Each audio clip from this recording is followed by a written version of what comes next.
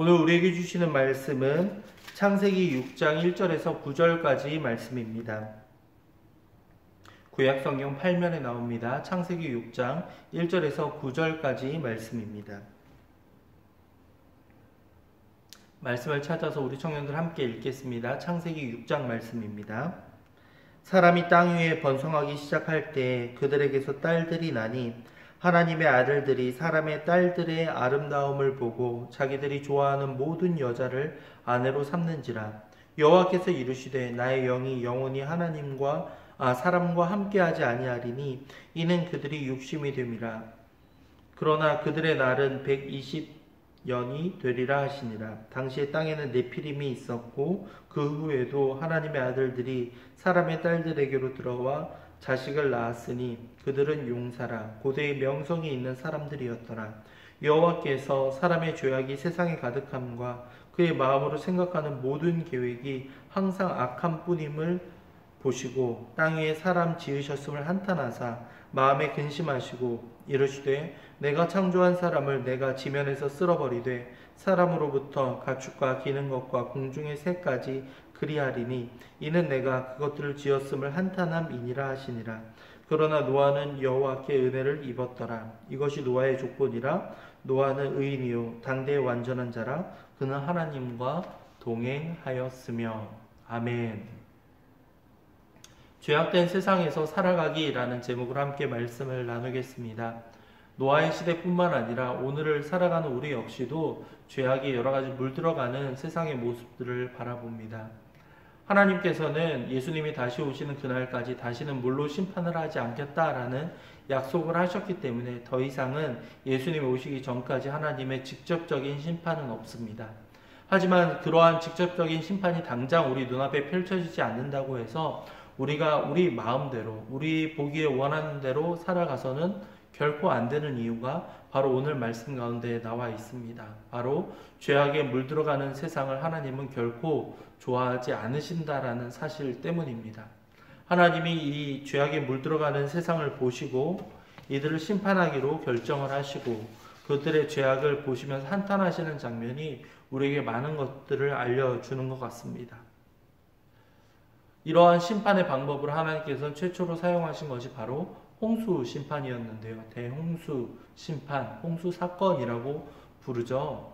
이제 노아가 방주를 만들고 그것이 완성되었을 때 하나님께서는 이제 물로 심판을 내리시게 되고 노아와 아내 그리고 세 아들과 세맘 야벳 그의 며느리들 이렇게 해서 8명만이 이렇게 방주 안에서 안전하게 이렇게 유지가 되고 그 이후에 이제 이 노아의 가족들로부터 인류가 새롭게 시작되는 장면을 우리는 만나볼 수 있습니다. 이러한 모습들을 통해서 우리가 몇 가지 오늘 말씀을 통해 살펴보려고 하는 것은 먼저 노아의 홍수가 정말 역사적인 사건인가? 라는 그러한 질문에 대한 간단한 답을 하면서 시작을 할 것이고요. 그 다음에는 왜 하나님께서 심판을 내리셨는가? 심판의 이유, 그리고 이러한 어떤 죄악이 그렇게 있었기 때문에 이들에게 심판이 내릴 수 있었는가? 그리고 그 심판에서 유독 살아남은 노아, 왜 노아가 심판으로부터 벗어날 수 있었는가에 대해서 함께 이야기를 나누고자 합니다. 먼저 대홍수가 실제 역사적인 사건이겠습니까? 우리는 성경에 나오는 모든 말씀이 실제로 존재했고 실제로 일어난 사건이라는 것을 우리는 인정하며 그렇게 성경에 대한 권위에 대해 또한 여기에 신빙성을 우리는 신뢰하면서 말씀을 살펴보아야만 하겠습니다. 잘 알다시피 오늘은 종교개혁주일로도 보내는데요. 종교개혁주일이라는 것이 무엇이겠습니까?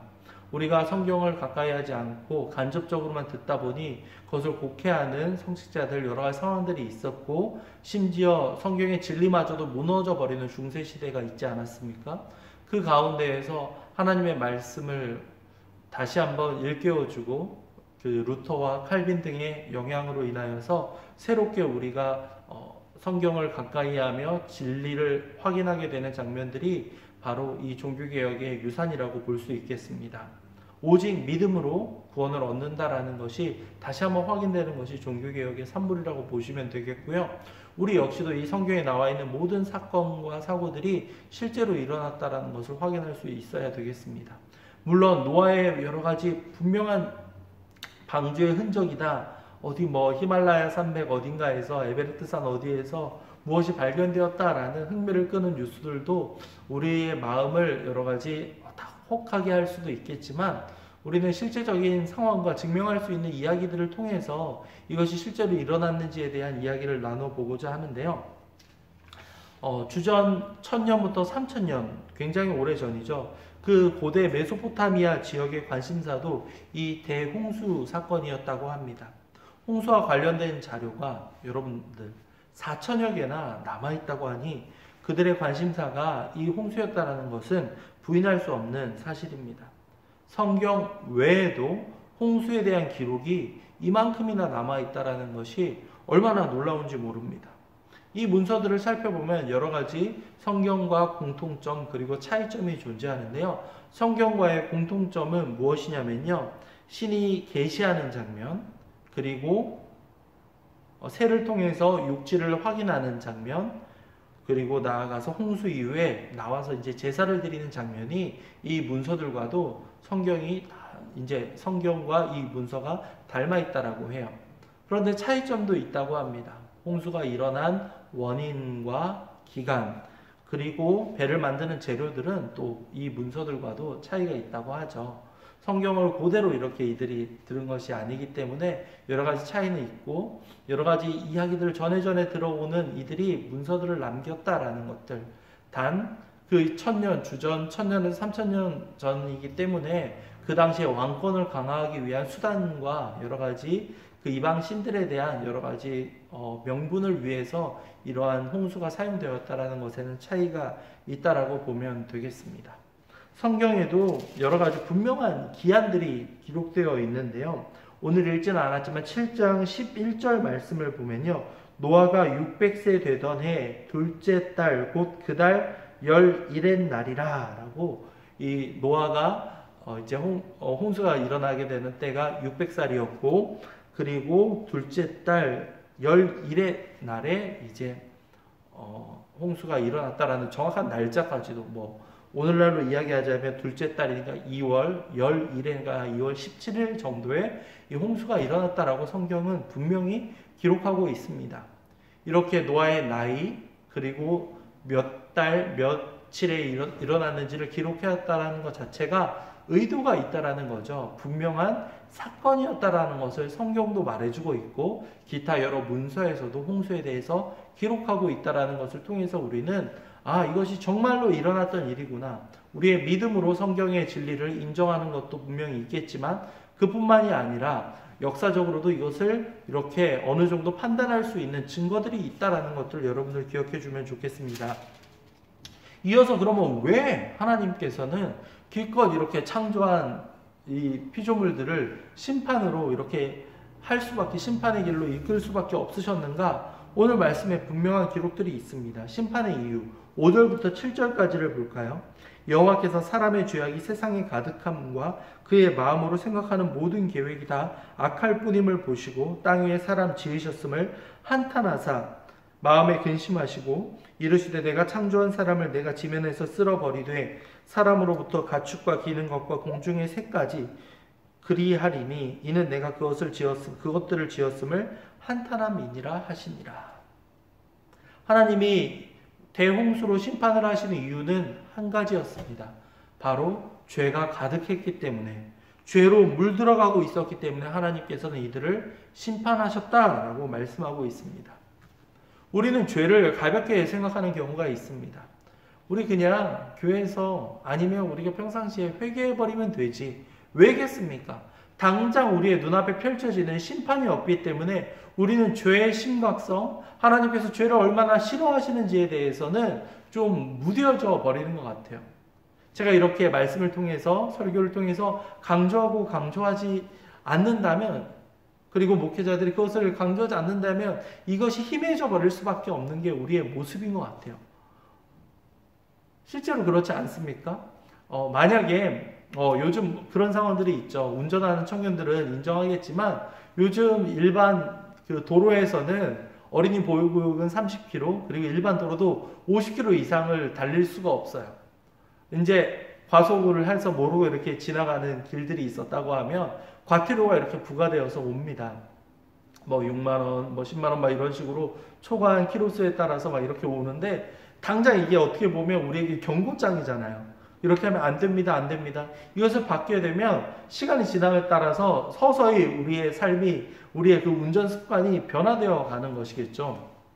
그럴 수밖에 없는 것이 얼마나 아까워요. 그 돈을 물어본 청년이라면 공감을 할 겁니다. 딱 경고장들이 우리에게 오기 때문에.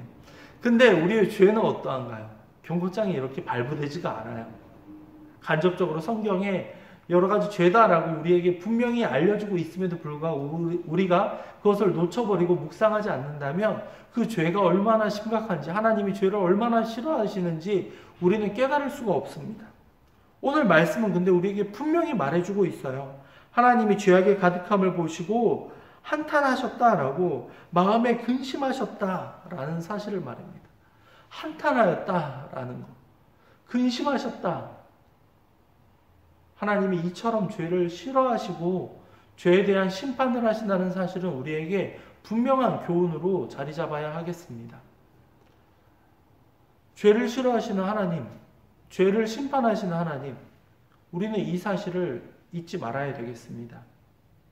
당장 우리 눈앞에 심판이 일어나지 않는다 하더라도 하나님께서는 다시 예수님을 이 땅 가운데 보내셔서 이곳을 심판하실 계획을 가지고 계시다는 사실 우리는 잊어서는 안 되겠습니다. 물론 우리는 하나님의 자녀이기 때문에 그 심판으로부터 열애를 받게 되죠. 해당이 없습니다. 하지만 우리가 그것에 대해 안심하고 착각해버리고 우리 마음대로 죄악으로 물들어버리면 여러분들, 이들과 동일하게, 노아 당시의 사람들과 동일하게 우리 스스로가 심판의 길로 걸어갈 수 있다는 겁니다. 하나님께서 구원의 방주의 길을 열어주고 계시지만 그것으로 들어가지 않고 스스로 마음대로 방탕하게 있다가 그 방주의 문이 닫혀버리고 심판이 시작되었을 때 그 사람들의 모습은 어떠했겠습니까? 후회와 안타까움과 분노와 여러 가지 복합적인 모습들이 있었겠죠. 우리도 그러한 상황에 이르지 않기 위해서는 하나님의 심판, 이 경고의 말씀에 귀를 기울여야 하겠습니다. 이들이 어떠한 죄를 지었는가라고 하면 1절과 2절을 보면요. 사람이 땅 위에 번성하기 시작할 때 그들에게 딸들이 나니 하나님의 아들들이 사람의 딸들의 아름다움을 보고 사람들이 좋아하는 모든 여자를 아내로 삼는지라. 저는 2절에서 아름다움을 보고라는 이 부분에 주목하기 바랍니다. 무엇을 보고 아내로 삼았다.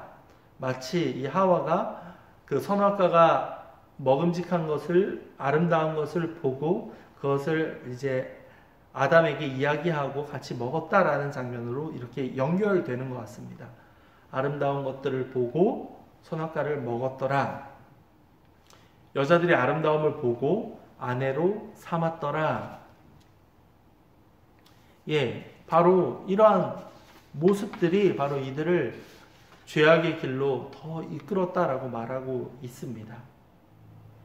그들의 눈에 보기에, 그들이 마음으로 판단하기에 괜찮고 아름답고 멋진 것들을 보면서 그들이 하나님의 뜻으로부터 멀어져 가기 시작을 했던 겁니다. 4절을 보면요, 땅에는 네피림들이 있었고 용사였다라고 하는데요. 이 네피림이라는 단어, 이게 조금 어려울 수도 있는데 고개를 들지 않다라는 이 나팔이라는 히브리어가 있습니다. 하나님이 가인의 죄를 지적하자 가인은 고개를 들지 않고 하나님을 바라보지 않습니다. 그것은 하나님의 지적이 마음에 들지 않고 얼굴의 안색이 변해버리고 내 마음대로 살아가겠다라는 그런 모습들을 말해주는 건데요.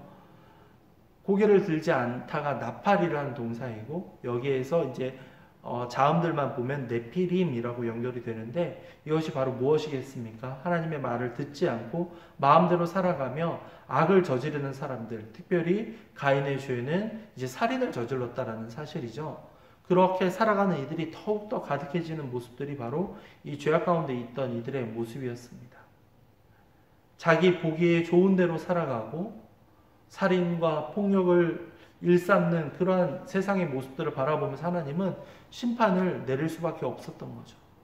그런데 그 모든 것들을 멸하신 것이 아니라 그 노아의 가족으로부터 새로운 인류, 새로운 창조가 시작되고 있습니다. 8절과 9절을 보면 노아는 여호와께 은혜를 입었더라. 세상이 멸망당하는 그 가운데 있었을지라도 노아는 그 심판으로부터 예외였습니다. 그 이유는 한 가지입니다. 9절입니다. 이것이 노아의 족본이라 노아는 의인이요 당대의 완전한 자라. 그는 하나님과 동행하였으며 의인이고 완전한 자였고 하나님과 동행하였다. 의로움, 하나님이 보시기에 의로운 사람이었다라고 말씀하고 있고요. 완전한 자라, 당대의 완전한 자라. 주변의 모든 사람들이 그는 완전한 자다라고 인정할 수밖에 없었다라는 거죠. 완전하다라는 표현은 성경에서 제사를 드릴 때 제물을 바치는 그러한 동물들의 모습을 표현할 때 주로 사용하는 단어인데요. 완전하다라고 하면 흠이 없는 동물을 하나님께 이제 제사로 드릴 수가 있었잖아요. 그래서 이제 하나님이 보시기에 이 사람은 완전하였다. 당대에도 인정할 만한 사람이었다라고 하고 있고 마지막으로 하나님과 동행하였다라고 말씀하고 있습니다. 노아가 하나님으로부터 이렇게 보호를 받고 대홍수의 심판으로부터도 방주에서 안전하게 보호받을 수 있었던 이유는 한 가지입니다. 하나님과 동행하며 하나님의 은혜를 경험했기 때문입니다. 우리도 마찬가지입니다. 어제 뉴스를 보니까 할로윈이다 뭐다 해서 여러 가지 그 거리두기도 다 깨져가는 모습들, 여러 가지 불안한 모습들이 많이 보이고 있고 그 가운데에도 얼마나 많은 또 죄악된 요소들이 있겠습니까? 그러한 세상의 여러 가지 물결들이 우리를 휘감아 놓고 우리를 흔들어 놓는 상황 가운데에도 우리가 하나님의 은혜 가운데 있고 하나님의 보호하심을 받으려면 여러분들 스스로가 하나님과 동행하는 삶을 살아야 되겠습니다. 말씀을 가까이 하고 말씀을 붙잡고 살아갈 때에만 우리의 신앙을 굳건히 지킬 수 있습니다. 우리의 신앙을 흔들어 놓는 수많은 유혹들로부터 여러분들 안전하십니까? 그것을 지키기 위해서는 하나님의 말씀이 여러분들의 갑옷으로 자리 잡아서 세상의 유혹들이 올 때마다 이 갑옷으로 이 칼과 방패로 쳐낼 수 있어야 되겠습니다. 그렇게 우리가 적극적으로 반응하지 않는다면 이 세상의 물결에 휩쓸려 갈 수밖에 없습니다. 우리는 연약한 존재입니다. 하나님의 보호하심이 없이는 우리의 힘으로는 견딜 수가 없는 세상입니다. 여러분들 이 죄악된 세상 가운데에서 여러분들 살아남고 버티기 위해서는 하나님과 동행할 수 있기를 바랍니다. 그것만이 여러분의 신앙을 지킬 수 있는 유일한 길임을 여러분들 기억해 주시기 바랍니다. 언젠가는 반드시 심판의 날이 다가옵니다. 언제인지 알 수 없기 때문에 우리는 오늘 하루를 하나님과 동행하며 노아와 같이 은혜를 입지 않고서는 살아갈 수 없는 존재들입니다. 하나님의 그 은혜를 경험하며 하나님과 동행할 수 있는 우리 청년들이 될 수 있기를 간절히 소망합니다. 기도하겠습니다. 사랑과 자비가 넘치시는 하나님 아버지, 오늘 말씀을 통해 하나님의 은혜를 경험한 노아가 심판으로부터 보호를 받았다는 사실을 다시금 확인합니다. 우리 청년들 여러 가지 우리의 신앙을 뒤흔들어 놓는 세상의 유혹과 시험 가운데에서도 우리의 신앙을 굳건히 지키며 하나님의 은혜 가운데 거하기를 소망하오니 주님 우리를 긍휼히 여겨주시며 우리를 여러 가지 위협으로부터 보호하여 주시옵소서. 하나님의 은혜를 경험하며 하나님과 동행할 수 있는 우리 청년들이 되도록 주님 인도해 주시옵소서. 감사합니다. 이 모든 말씀 주 예수 그리스도의 이름으로 기도하였습니다. 아멘. 하나님의 복을 받습니다. 주 예수 그리스도의 은혜와 하나님의 사랑과 성령의 교통하심이 하나님의 은혜 가운데 하나님과 동행하기 원하는 모든 청년들 위해 지금으로부터 영원까지 함께 있을지어다. 아멘. 예배를 마칩니다. 모두 수고 많았습니다. 지난주에도 광고했듯이 우리 오후 2시에 이제 본당에서 2주 정도 예배를 드리고 그리고 보통 이제 교육부서가 수능 이후부터 함께 모이기로 했는데요. 수능이 지나는 11월 셋째 주일 아마 11월 21일 정도 될 건데 그때부터는 이제 1교육관에서 거리두기를 해서 예배를 드리도록 하겠습니다. 꼭 기억해 주셨다가 다음 주에는 특별한 일이 없다면 본당에서 오후 2시에 청년부 예배를 드린다는 사실 기억해 주고 함께 모이면 좋겠습니다. 기억해 주고 함께 모여서 예배를 본당에서 2주간 드리고 또 현장에서는 셋째 주일부터 함께 예배 드린다는 사실 우리 청년들 기억하여 주기 바랍니다. 한 주간도 평안하게 잘 지내고 거리두기 잘 지키면서 위드 코로나 시대에도 여러분들의 건강과 안전을 꼭 지킬 수 있기를 바랍니다. 모두 수고 많았습니다. 청년부 예배를 마치겠습니다. 감사합니다.